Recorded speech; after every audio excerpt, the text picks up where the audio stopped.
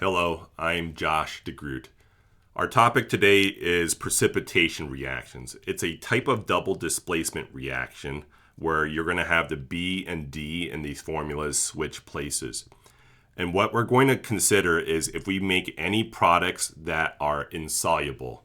These insoluble products, they're called precipitates, and precipitates, they're going to be solids.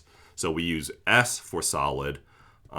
Some people will think, oh, doesn't S stand for soluble? But unfortunately, if it's soluble in water and dissolved in water, we're going to put an AQ, aqueous, rather than S. S is for solid. And if you make a precipitate, that solid is insoluble. It's not going to dissolve in the water. So you can think of that essentially as being irreversible. So we're going to look to make at least one solid. If you make one solid, the other product, it can be aqueous, that's fine. Or it can be another solid. Precipitates in a lab or in real life, they're going to be like cloudy or flaky, chunky. But your solutions just won't be clear anymore. You'll lose that optical clarity. And sometimes you'll have like fine particles floating around as fine as like flour. And that's your precipitate solids. If all your products are aqueous, soluble, then I'm going to put products in quotes because actually you did not make any products. You didn't even have a reaction at all. That's what I like to call an ion soup. So, all right. So when we're doing reactions, the goal is not to just simply bounce equation, but often we're just told what the reactants are, and the question is often put on us to predict what is made in the reaction. So it may be helpful to have some sort of way of predicting whether something is going to be soluble or not. And so that's where the so-called solubility rules come in. Now, first off, I really wish we called them solubility observations, because the word rule makes it seem like we're telling nature what to do. But rather, solubility rules, all we really mean is how we have observed nature to be. The second thing I want to mention is everything I'm discussing today is we're working in water. We're working in H2O. The solubility rules for water are presented here. If we're working some different solvent, like something organic like ethanol or acetone or something, then these solubility rules might be different. So this is in water. All right, so with that out of the way, let's do the most beneficial thing first. The most beneficial thing to learn is to learn the cations and anions that are always soluble. I feel like if you know this alone, and even if we didn't talk about the rest of the video, you would probably be able to get yourself out of 80% of solubility rules sorts of situations. So these always soluble cations and anions, I like to call them your ace cards. If you're playing, a certain card game or something, there's a card that always wins in that game. And that's how I like to think of these certain cations and anions. Anything paired with them will lead to a soluble compound dissolves in water. So that'd be sodium cation, the potassium cation, and the ammonium cation. And then for anions, we have the nitrate anion and the acetate anion. Some sources will even mention the perchlorate anion, and most of those compounds are soluble in water as well, almost all of them, so I'm okay including it there. Some sources will discuss group 1 as generally being soluble in water. And, if I'm designing like a Chem 101 course teaching it, I will basically teach that. But I would say in my experience working in the lab, I found plenty of instances where lithium and cesium, maybe even rubidium, my memory's starting to get a little bit foggy from that time period where I worked with those cations, but quick search online of solubility data, I wasn't able to find that it's always consistently soluble for those three elements. So me personally, I'm more comfortable just saying those two elements in group 1. But just be aware, some people teach classically that all of those will have good solubility, maybe some solubility. Anyways, but back to this. So these always win. All right, and I emphasize to my students, you gotta know these always solubles. All right, and then we got the usually solubles, most halides, and by halides we mean chloride, bromide, iodide from the halogen part of the periodic table. Let's see if I can get one handy real fast. Oh, did I yank on the camera again? Boo. All right, but anyways, chloride, bromide, iodide, right? The halogens. Fluoride's a different story. Fluorine's often a different story. It's an interesting element. So most halide compounds will be soluble in water. I do have an exception listed. And then most sulfates will be soluble in water, and I have some exceptions listed. What are those exceptions? I like to call them two different groups. I have in purple here MLS. Major League Soccer is how I tell students to memorize that. But the MLS stands for mercury, lead, silver. So we're talking about the mercury 1 dication, the lead 2 plus cation, and the silver plus cation. All right. When those are involved, they're going to be insoluble. And for the halides as well as for sulfate. All right, and then we have the CSB examples. That stands for calcium, strontium, barium, or some people like to say CaSrBa. And CaSrBa, calcium, strontium, barium, CSB, they're all group 2 metals right here, calcium, strontium, barium. Magnesium and beryllium, their chemistry is different enough from calcium, strontium, barium that we don't include it as part of those 3. All right. And then lastly, there are 6 anions that are commonly encountered that are almost always going to lead to an insoluble compound.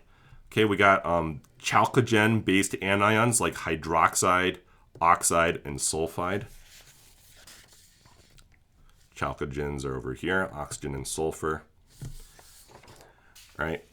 And then we have carbonate, phosphate, and fluoride. See, fluoride is quite different from its other halogens.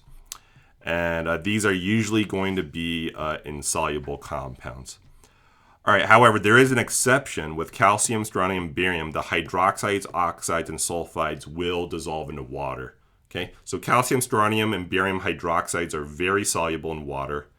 And then if you have an oxide, technically speaking, it reacts with the water to form the hydroxides,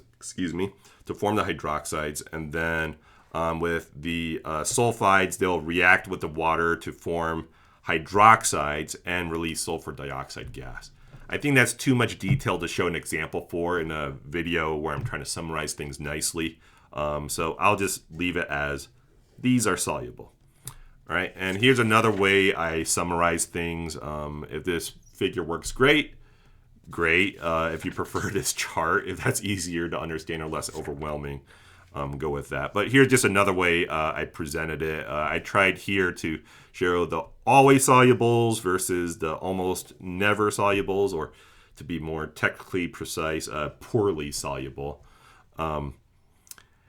Even the most insoluble compounds, technically speaking, might leak a little bit of something to the water. Not much.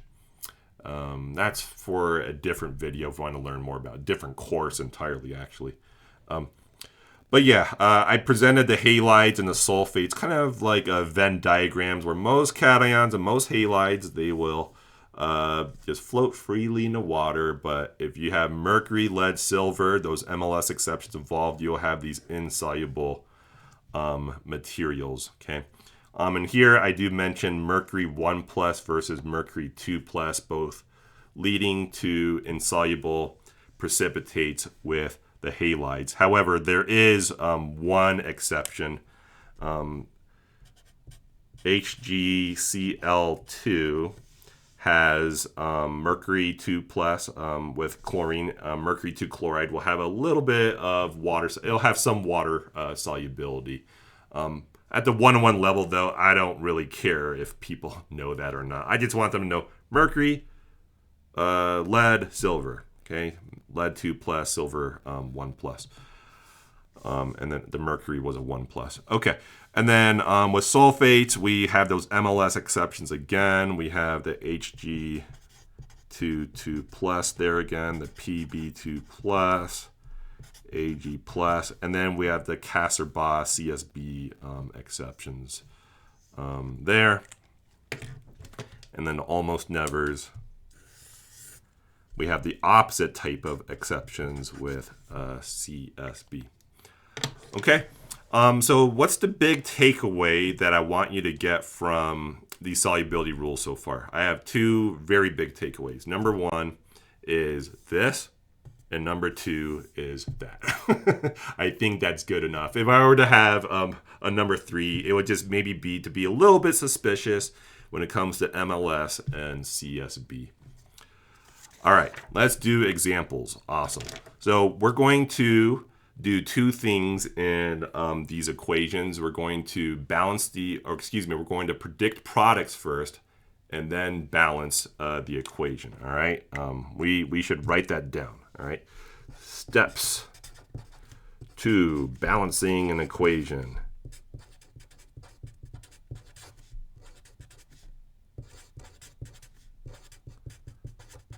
Okay, step number one is to predict products.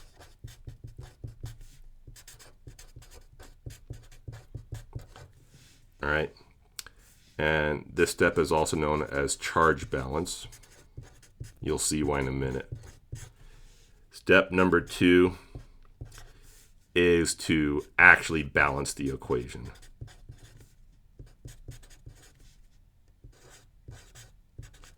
All right. So the first step to balancing the equation is don't balance it yet. You gotta know what your products are first. And then once we know what our products are, then we can actually balance the equation. This is also known as mass balance. Basically, when we have a chemical equation, we want to make sure that the number of atoms for every element is the same on both sides, because it is impossible to create or destroy matter except if you're in a nuclear reactor. Okay, but we're not today. We are not in a nuclear reactor today. All right, so with those steps out of the way, let's do this problem. So we got the lead 2 nitrate and we got the sodium chloride, and we need to figure this out, and we need to predict the products, and we need to balance the equation. So we should figure out what lead 2 nitrate is. So we have Pb 2 plus, and then we have NO3 minus. And so we have to figure out what the stable compound is with lead 2 plus and NO3 minus. So that's going to be PbNO3 2. Oh, and I should have wrote everything was aqueous here. That's what I meant to write. All right, dissolved in water.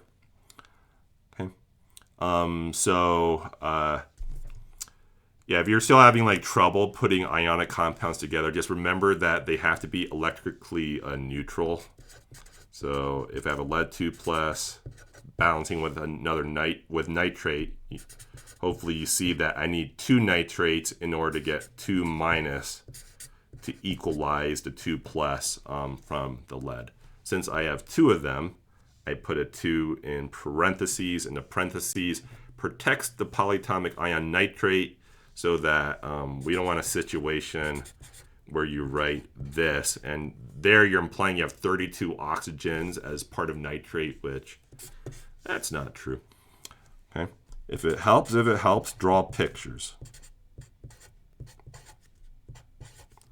There's nitrate number 1, NO3, and then there's nitrate number 2. All right, and then sodium chloride has Na plus, Cl minus, so there's sodium chloride. All right, we haven't even started a problem yet. We were just trying to figure out what we even had in the first place. Okay, all right, I need more paper. But yeah, the next step, we can now actually do step 1, which is to predict a product. So let me write what we have so far. We have PbNO3 2 aqueous, those annoying phase labels. And then we had a sodium chloride, NaCl, aqueous. We had both of these dissolved in water. All right, so this is basically the problem as written, except they gave us words. So if they give you words, it's on you to be able to change a name into a formula. All right, some instructors will test both your skills at the same time. Just be aware of that. All right, so what the heck do we make in a double displacement? Like we can kind of think of PB as our A and nitrate as our B, and then sodium as our C, and then chlorine as our D.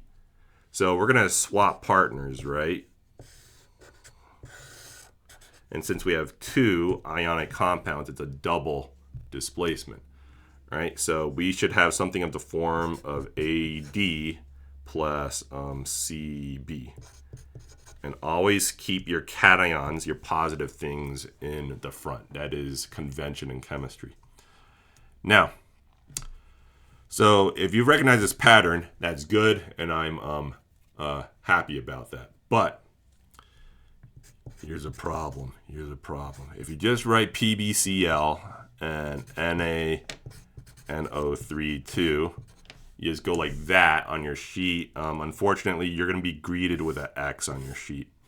All right, and then if your teacher's nice enough to provide you comments, I don't know if this would sound nice or mean, the comments, but maybe you'd get something like saying they do not exist, these two compounds.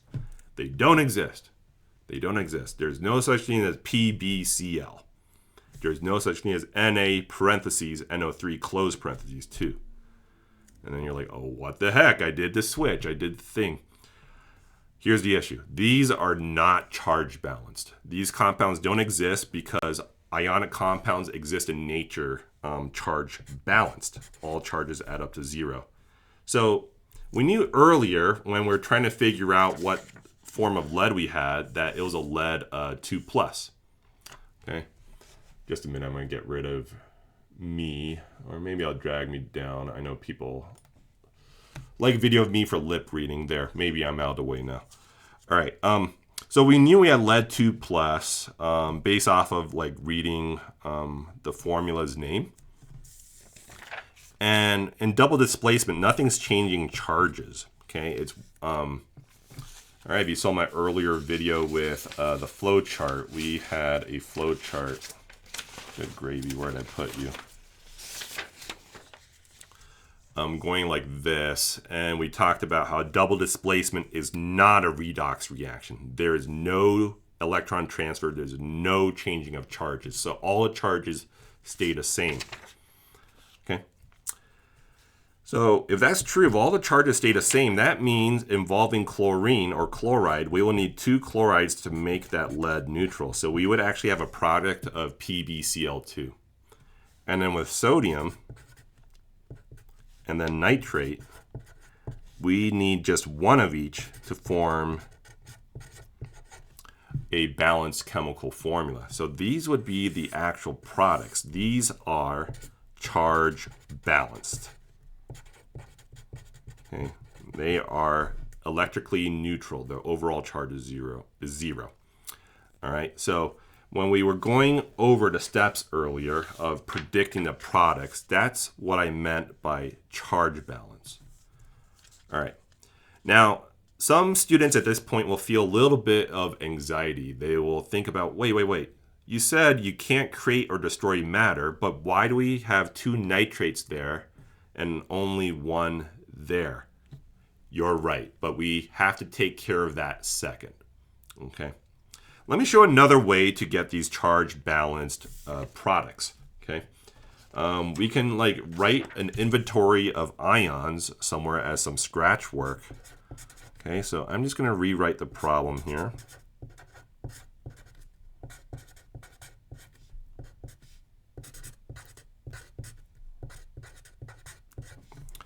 All right, so we can have a inventory of ions over on the right for our charge balance scratch work.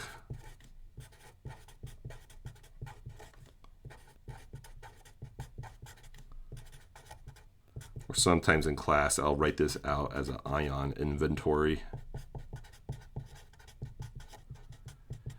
And once I've done that enough times, sometimes I'll just write II. It's my inventory of ions. Oop, I was off the screen. Okay, there we go. All right, and so I'm going to write an inventory of all the ions we have floating around in solution. So we got a Pb2 plus. We have some Pb2 plus floating around. We have some nitrates NO3 minuses floating around. Don't worry about like putting a 2 or anything. I'm just trying to write the list of identities of everything we have. I'm not trying to count anything at the moment. All right, and then we got some sodium cations floating around, and then we got some chloride anions floating around. So in a double displacement context, we are trying to consider if any other possible compounds can be made as we mix this ion soup together. Is it going to stay in ion soup, or are there any new compounds that will be formed irreversibly? And so lead came in with nitrate, so we don't have to consider that again. We don't consider lead with sodium because they're both positive and therefore they will repel each other. You're not going to form a compound there. The only possibility to consider is with the chloride anion. Let's go charge balance this, and then we get PbCl2. And therefore, the only other thing to possibly consider is sodium with nitrate, and that auto balances. All right, and so this charge balance scratch work on the side, that's another way of forming your products. So now that we know what our products in, we can actually write them into the equation finally. PbCl2, and then we have the Na, oh, I keep going off the screen today, NaNO3, sodium nitrate. All right, so lead's one of those elements I told you to be suspicious of, right? So most chlorides are soluble, but when lead is involved, not so much, okay? And the reality is lead 2 chloride does have some solubility, but it's definitely not like really greatly soluble in water, but it has some solubility. You don't have to do this, but I like to put down arrows on my precipitates. A lot of them will sink to the bottom, and even if they don't, they're just staying in the solution. Or not in the solution. They're out of the solution. They're a precipitate, but they're staying in the reaction vessel. Versus like a gas, I like to put up arrows because they escape. All right, sodium nitrate, that's what I call a double ace card situation. All sodium compounds are soluble in water. All nitrate compounds are soluble in water, so it's like doubly soluble. All right, and then we have our products. Okay, so that's half of our work done here. But this is not a balanced equation yet. So let's go back to our steps. So step 2 is to balance the equation, but I must give you further instruction here, perhaps a warning, and the warning is this.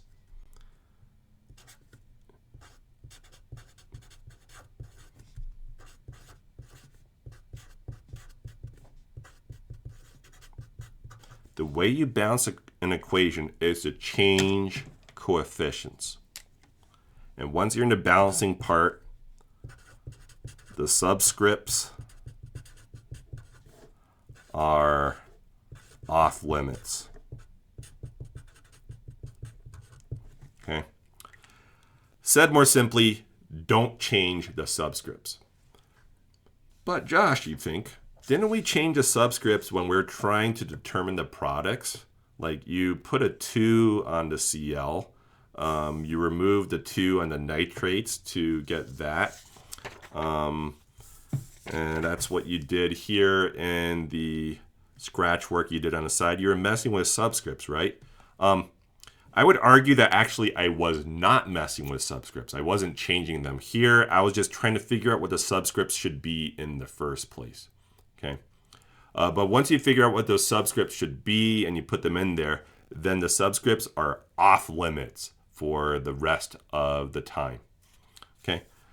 What we're going to do instead is we're going to put the coefficients in front to try to balance the equation, balance all the atoms.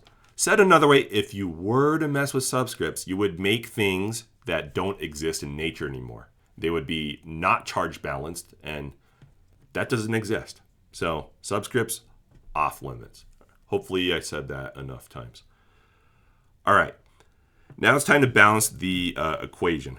All right, a common tip is to work on the most complicated looking formula. That's perhaps kind of a subjective thing, but I would say these two look a little more complicated to me because they involve like ones as well as twos, ones as well as twos. So that's a common tip. And then another thing I'll say is some people, they are quite comfortable balancing the equation like on the fly or in their head. That's sometimes what I do, sometimes that's not what I do. So let me show you the way I would start balancing an equation, at least starting out. So I'll write this list of ions again, this ion inventory, but I'm going to go down the middle using this reaction arrow right here as my dividing line to count atoms or ions on the left side versus the right side. So we got Pb2 plus, NO3 minus.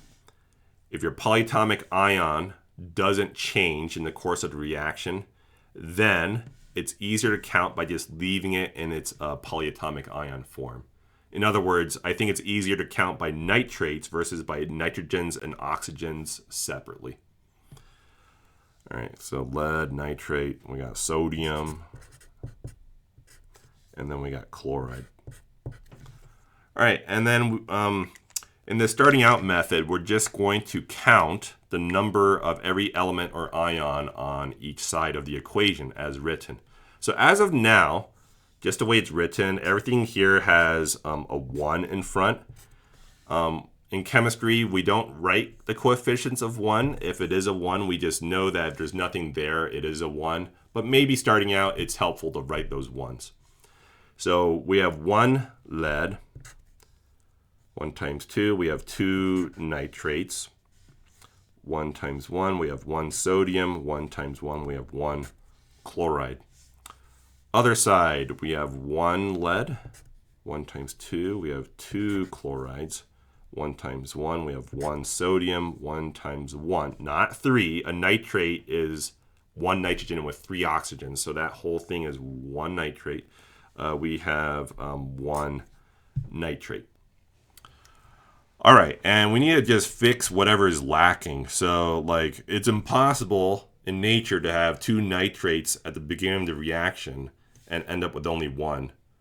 So that means if we started with 2, we must end with 2. So I'm going to change this to a 2, messing only with the coefficients, so that we end up with 2 nitrates. Okay, that has the effect of also increasing our sodiums to 2 on the right side. All right, so we'll have to fix that. But at the moment, I can put a tentative check mark on nitrates and the leads. But it looks like not only do I have to clean up the new sodium mess, but I also have to clean up this chloride mess. Well, when you're balancing equations correctly, eventually you'll often get to a step where everything will fix itself in that last step. And here, we need 2 sodiums, we need 2 chlorines. We fix both at the same time by changing that coefficient to a 2. And now this is equal on both sides, and this is equal on both sides. You can think of the reaction arrow as being kind of like an equal sign because it has to be equal in mass for all the elements on each side. Equal number of each atom and element and ion. Even though in reality it's a before and after. Okay, reactants react to produce products. All right, but that's our first balanced equation in this video series. So cool. All right, Here, just one more time. You can fast forward this if you get it already, but I'm just going to write it one more time, the correct answer, just to make sure it's really neat.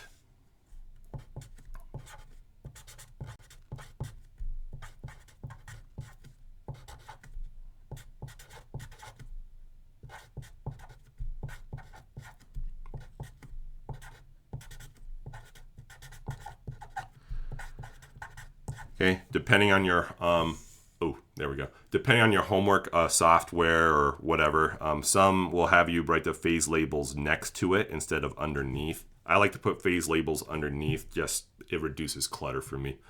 And some softwares will have you leave these blank. Others will have you put in a 1. So just to make you aware of that. I think going forward, I'm going to leave the 1s off. All right, that was example 1. Let's do example 2. Example 2 is, gotta pause, I can't find it. Example 2, calcium chloride and sodium phosphate. Calcium's 2 plus, chloride is 1 minus, so this will give us CaCl2. We're going to need 2 of those chlorides on the calcium. And then sodium phosphate, we have Na+, and then phosphate is PO4, 3 minus. So we need 3 of the sodiums added to the phosphate to neutralize it. We're going to get Na3, PO4. All right, now that we know what our reactants are, we can begin to write this. Oh, and I forgot to write, we're in water. And so this is going to be aqueous because most chlorides are soluble and calcium is not an exception. And all sodium compounds are dissolvable in water. All right, but yeah, they should give you these phase labels typically for the beginning of the reaction. All right, so let's do this. So we get calcium chloride plus sodium phosphate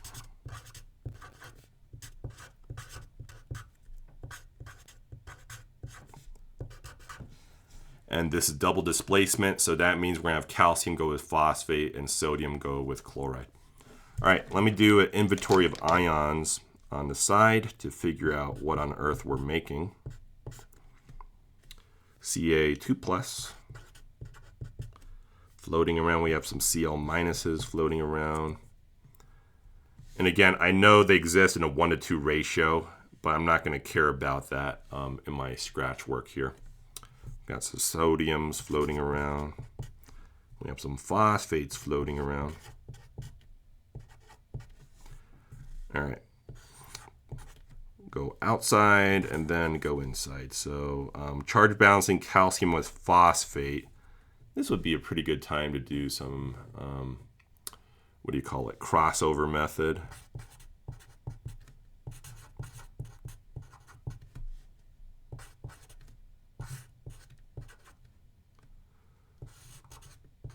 And phosphate's a polyatomic ion, so we have more than one of it. We have to protect it in parentheses. In my world, you would use parentheses for polyatomic ions all the time, even if it's just a 1, but it's not my world, I guess. All right. Oh, yeah, so that was the first product.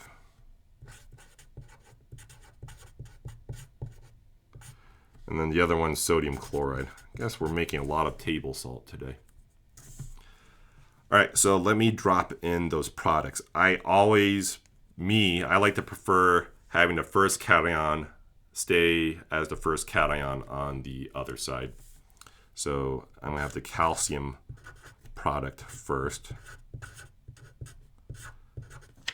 And we get calcium phosphate. Most phosphates are not soluble.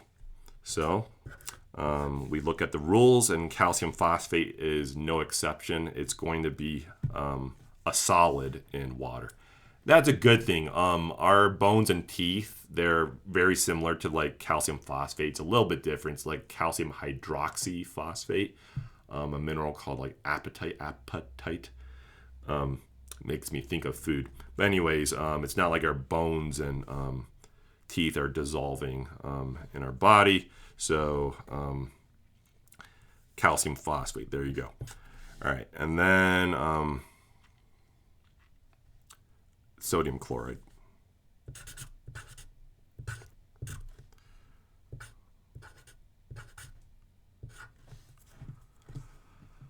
All right.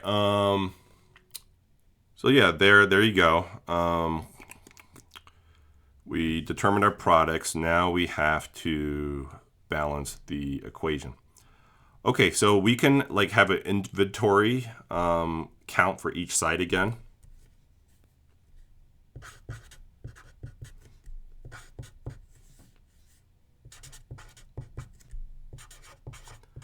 There is our list of ions.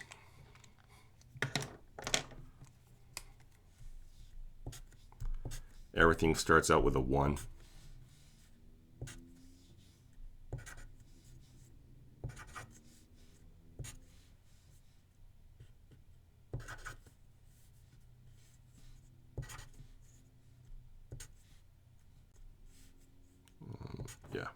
Yeah. Okay. There we go. So we need to make this equal on each side. Each side. All right. I would call this the most complicated looking thing. We got a 3 and a 2 involved, so I'm gonna call this most complicated. So we'll try to fix that first. Fix the most complicated thing first. All right. If I end with 3 calciums, I must start with 3 calciums. And that has a side effect of 3 times 2, a 6 on the chlorides. All right, you multiply the subscript by the coefficient to get your total count. All right, and then so that fixes the calciums. And then let's work on the phosphates. So if I end with 2, I must start with 2. So I'll have 2 phosphates there, and that's good. 2 times 3, we're going to have 6 sodium cations now. So I need a way of getting 6 sodiums and 6 chlorides on the other side. Hey, look at that again. We can do both in one strike. And now we have a balanced equation. So this is a great example. You have a 3, a 2, a 1, and a 6. You have quite a menu of coefficients here. This is one of these types of problems I tell students, if you can balance one like this, you can probably do most, if not all of them in a Chem 101 class. This has a lot going on. And before we do our last example, the third example, I want to show you how I would approach this problem like balancing on the fly. Some people may find that easier or faster or faster. So let me just rewrite the problem. You can fast forward this if you want. I'm just rewriting it.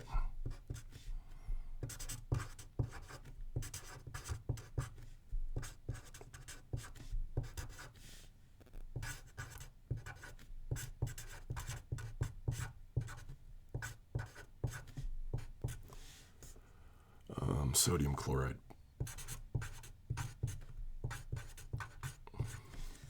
All right, balancing on the fly. For me, it looks and feels like this. Got 3 calciums on the right, so I'll need to make 3 on the left. I have 2 phosphates on the right, so I'll need 2 on the left. I have 6 sodiums and 6 chlorides, so I'll put a 6 here, and then I'm done. Okay. So, yeah. An equation like this, where it's a little more complicated, I may not choose to do this in my head, especially if I'm feeling pretty tired. But for some people, some students tell me this is just easier to do correctly than doing all this sort of counting and inventory and stuff. So you do things your way. You be you. You do you. All right, example 3, last example. We got sodium chloride and potassium carbonate. In this example, I'm having a little bit of fun with it, but you might get a question like this in all fairness, and I think it is a good question to explore. All right, but Why am I saying I'm having fun? You'll see what I mean in a minute. Oh, and we were in water again. Oh man, I should have wrote those earlier. So everything dissolved in water. Table salt, we know that dissolves in water. Now, potassium carbonate, it does involve carbonate, and most carbonates are insoluble, right? I mean, look, if you look at the solubility rules,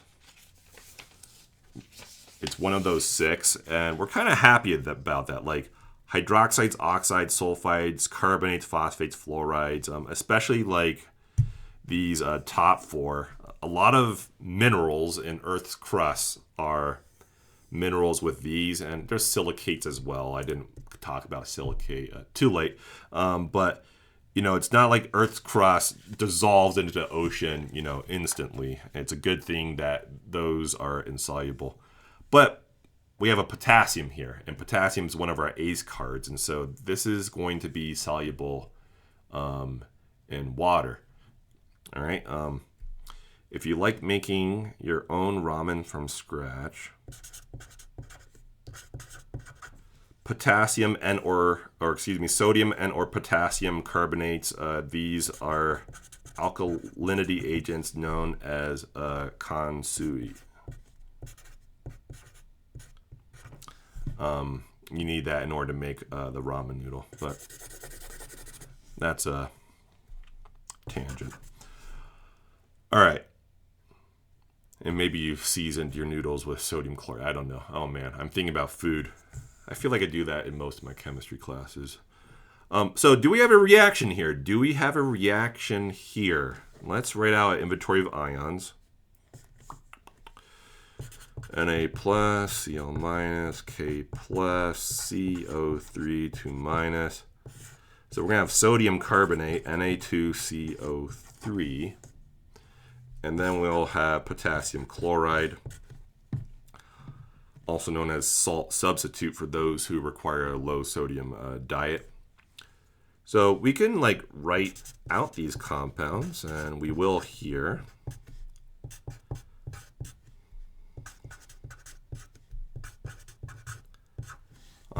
And writing the compounds, it will help us determine solubility and such. Now, all sodium compounds will dissolve in water. All potassium compounds will dissolve in water. So did we really make these products?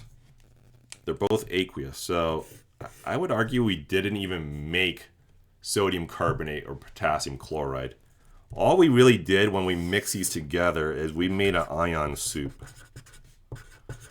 And these compounds are not going to be like super well defined anymore because you're going to have mostly water molecules in your solution, but you're going to have your sodiums floating around, your chlorides floating around, your potassiums floating around, and your carbonates, you know, floating around. Maybe I should have a second potassium to keep that one charge balanced. But you just have ions just floating around like, you know, in the ocean. And so these aren't even well-defined compounds anymore once you dissolve them in water. So since you haven't made a solid, you haven't made a liquid, you haven't made a gas, there's no reaction. So if you got something like this written, what you would write as your answer or type into your software program, you know, for homework would be like no reaction. Oh, sorry. RXN is shorthand for reaction. All right. No reaction. Just yummy broth for making your noodles and soup and whatever. All right.